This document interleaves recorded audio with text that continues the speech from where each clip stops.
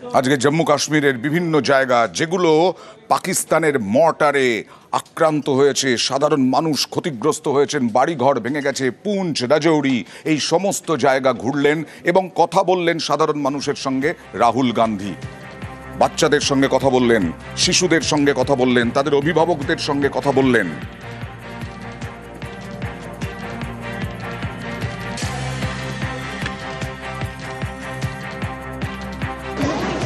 Don't worry, everything will come back to normal. And your way of responding to this problem should be that you study really hard, you play really hard, and you make a lot of friends in school. Okay? Will you do that? Good. Bibhishan খুঁজতে চলছে operation Mir Jafar, আর সেই operation মির্জাফরে আজকে আরো এক ঘরের শত্রু বিভীষণ গ্রেফতার, গুপ্তচর গ্রেফতার। এই গুপ্তচরের নাম সহদেব সিং। পুলিশের জালে ধৃত পাকচর সহদেব সিং গোহিল বিএসএফ, নৌসেনা, বায়ুসেনা পাকিস্তানে গোপন তথ্য পাচার করত। আইএসআই চরকে ভারতের সিম পাইয়ে দেওয়ার অভিযোগ, বিনিময়ে 40,000 টাকা পায় সহদেব সিং গোহিল। এবং তার আরও এক গুপ্তচরকে এই সিম ব্যবহার করে বিভিন্ন তথ্য পাচার করত।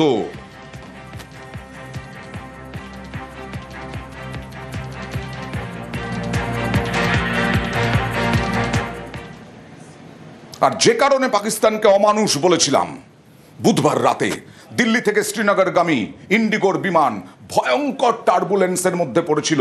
লাহোরের অনুমতি চেয়েছিল, দেয়নি। কি ভয়ঙ্কর ঘটনা ঘটেছিল জানেন? যারা নিউজ 18 বাংলার দর্শক এই মুহূর্তে, তারা অনেকেরই বিমানে চড়ার অভিজ্ঞতা আছে, টার্বুলেন্সে পড়ার অভিজ্ঞতা আছে, কিন্তু ভেবে দেখেছেন প্রতি মিনিটে 8,500 ফুট নামছিল, হাইট ড্রপ করছিল ওই প্লেনের। কি হয়েছিল দেখুন।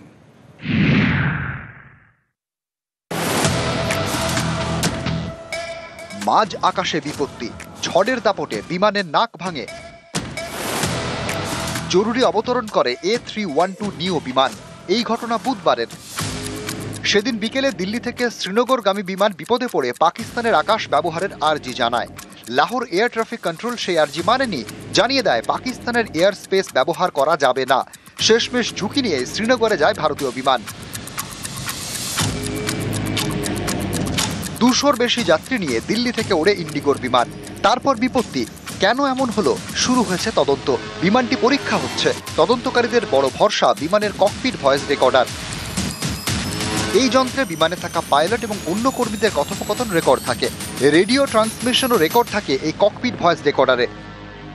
পাইলট একটা নর্মাল ফ্লাইটে যাচ্ছে, আচমকা তাকে হিট করে একটা টার্বুলেন্স, সেখানে প্রায় 8,500 ফিট পার মিনিটে সে এয়ার পকেটের মধ্যে পড়ে। এই যে ডিসেন্টটা, এটা কিন্তু পাইলটের কন্ট্রোলের বাইরে। তোমাকে জানতে হবে যে অটো পাইলট যেটা মেনটেন করে, সেটাও তখন অটো পাইলট ডিসএনগেজ হয়ে যায়। এই সময় এয়ারক্রাফটকে টোটালি পাইলট ম্যানুয়ালি নিয়ে নেয়। ম্যানুয়ালি নিয়ে চেষ্টা করে তাকে যতটা সম্ভব নর্মাল ফ্লাইটে ফিরিয়ে আনা। 8,500 যদি একটা নর্মাল ফ্লাইট থেকে আচমকা ডিসেন্ড করে, মানে এটা ডেঞ্জারাস ছাড়া আর কিছু বলা যাবে না। বুধবার দুর্ঘটনার কবলে পড়ায় বিমানের ককপিট ভয়েস রেকর্ডার খতিয়ে দেখছেন তদন্তকারীরা। বায়ুসেনা, দিল্লি এবং শ্রীনগর এয়ার ট্রাফিক কন্ট্রোল বা এটিসি তথ্য সংগ্রহ করা হচ্ছে। 2 বিমানবন্দরের এটিসির কর্মীদের বয়ানও নেওয়া হবে। জিজ্ঞাসাবাদ করা হবে বিমানের 2 পাইলটকেও। আপাতত তাদের বিমান ওড়ানো থেকে বিরতি দেওয়া হয়েছে। 2 পাইলটের ভূয়সী প্রশংসা করেছেন অসামরিক বিমান পরিবহন মন্ত্রী রামমোহন নাইডু। প্রাকৃতিক বিপর্যয়ের জেরে বেলাগাম বিমান। পাইলটরা জরুরি পরিস্থিতির কথা ঘোষণা করতেই ছড়ায় আতঙ্ক। টার্বুলেন্সের মধ্যে সবার তখন বুক কাঁপছে। ঠিক কি হয়েছিল? ডিরেক্টরেট জেনারেল অফ সিভিল এভিয়েশনের বিবৃতিতে বলা হয়েছে, ঝড়ের মধ্যে আটকে পড়ায় বিমানের নিয়ন্ত্রণ ব্যবস্থা কাজ করছিল না। অস্বাভাবিক গতিতে হাই ড্রপ করতে শুরু করে।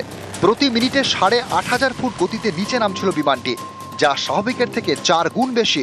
যেখান থেকে ওরা ডাইরেক্ট শ্রীনগরের জন্য এসে সেখানে ইমিডিয়েট ডিসেন্ড করা ছাড়া কোনো রাস্তাই ছিল না, এবং ওই শর্ট হাইটের মধ্যে এসে তাকে ল্যান্ড করা, এখানে অবশ্যই স্পিড বেশি ছিল, কেননা এছাড়া আর কোনো জায়গা ছিল না। আমরা হাই স্পিড ল্যান্ডিং প্র্যাকটিস করি, কিন্তু সেটা মারাত্মকভাবে 3-4 গুণ কখনো হতে পারে না, কিন্তু এটা মনে হয় তার চেয়েও বেশি। এই 36,000 ফিটে কত নটিক্যাল মাইলে সে ডিসেন্ড করে এয়ারপোর্টে ল্যান্ড করেছে এই ক্যালকুলেশনটা আমি জানি না। আর এই স্পিডে এয়ারক্রাফটটাকে ল্যান্ড করিয়ে সেফলি ল্যান্ড করিয়ে প্রত্যেকটা প্যাসেঞ্জারকে, ক্রুকে সুস্থ নামিয়েছে, হ্যাটস অফ। আবির ঘোষাল, নিউজ 18 বাংলা। পাকিস্তানের জন্য সব বন্ধ করে দিয়েছি আমরা আকাশ সীমাও বন্ধ করে দিয়েছি, আর এই বন্ধের মেয়াদ আরো 1 মাস বাড়িয়ে দিয়েছি। মানে পাকিস্তান থেকে কোনো ফ্লাইট এখানে আসতে পারবে না। আবার পাকিস্তান এই আকাশ সীমাকে ব্যবহারও করতে পারবে না। একেবারে 24শে জুন অবধি আরো 1 মাস পাকিস্তান বিদেশে যেতে গেলে, অন্যান্য দেশে যাওয়ার জন্য কোনো ভারতের আকাশ সীমা ব্যবহার করতে পারবে না।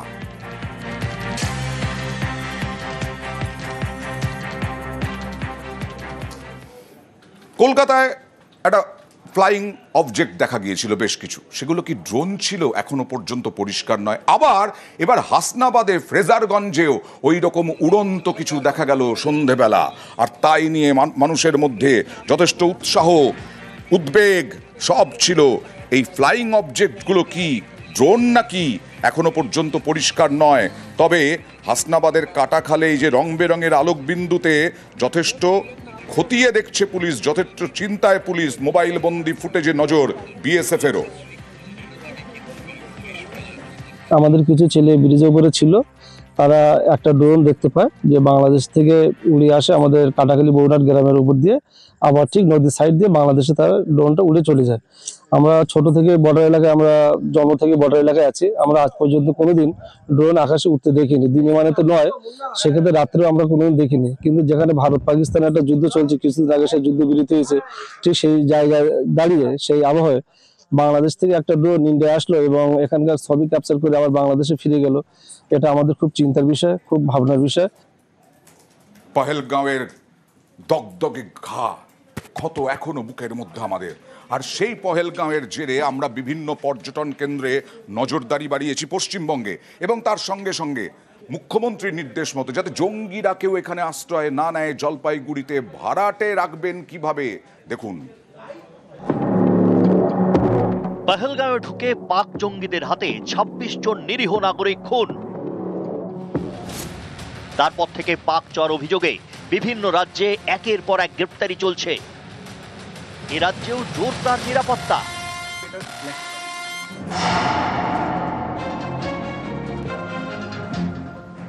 ঝাড়গ্রাম জঙ্গলমহল পর্যটন কেন্দ্রে ঠাসা। এখানেই বেলপাহাড়ি, কাঁকড়াঝোড়, ময়ূর ঝর্ণার মতো বিখ্যাত পর্যটন কেন্দ্র। এই জায়গাগুলোতে প্রশাসনিক নজরদারি আরো বাড়ানো হলো। ঝাড়গ্রামের শহরের রাস্তায় বিভিন্ন বাস স্ট্যান্ডে বাড়ানো হয়েছে সিসি ক্যামেরার সংখ্যা। ঝাড়গ্রাম জেলা পুলিশ লাইন থেকে এই সিসি ক্যামেরার ফুটেজ দেখে চলছে নজরদারি।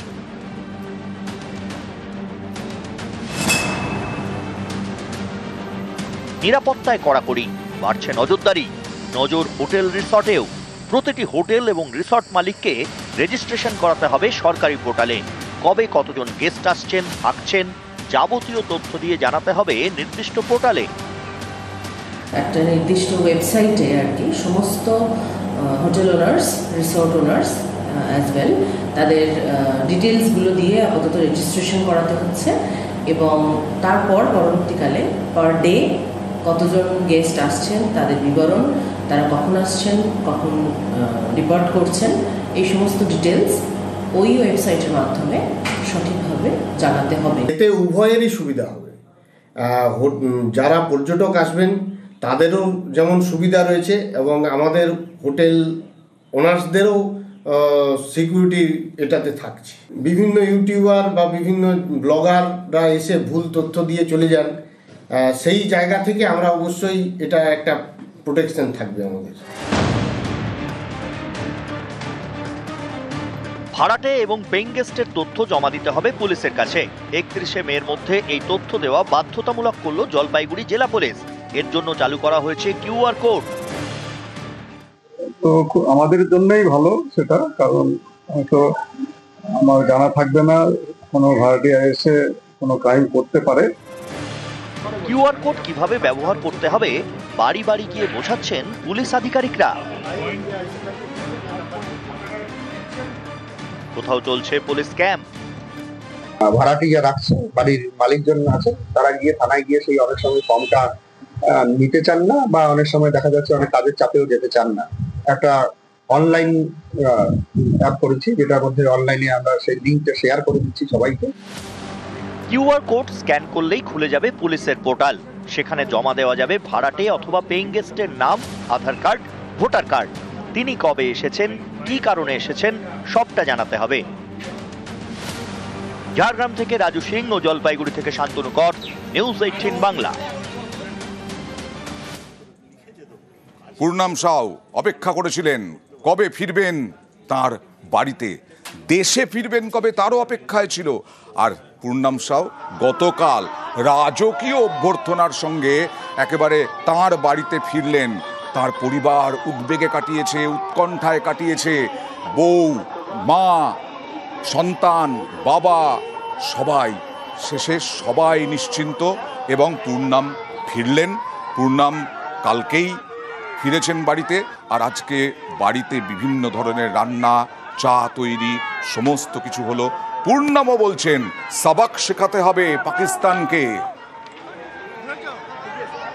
একদম একটা নতুন সকাল, যেন কিরকম লাগছে?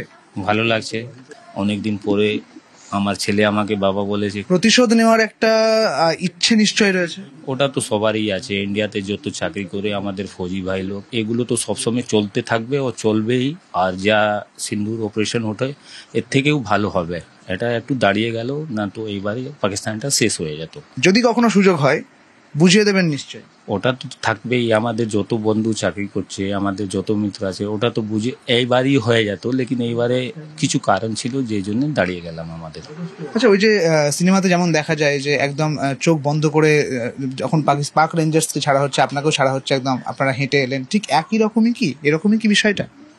এরকম যা টিভিতে দেখিয়েছে ওটাই যেরকম হয়, যে ইন্ডিয়াতে দাঁড়িয়েছিল, যে পাকিস্তানে দাঁড়িয়েছিল, যেরকম চেঞ্জিং হয় কি হয় আমি তো জানতাম না, যেরকম হয়েছে ওরকমই হয়। মনের ভেতর কি চলছিল, ফিরতে পারবেন ভেবেছিলেন? মনের ভিতরে এটা ছিল, আমাকে কাফি টাইম হয়ে গিয়েছিল ওখানে, তো আমি ভেবেছিলাম কি আমি ইন্ডিয়া দুবারা আসতে পারবো না।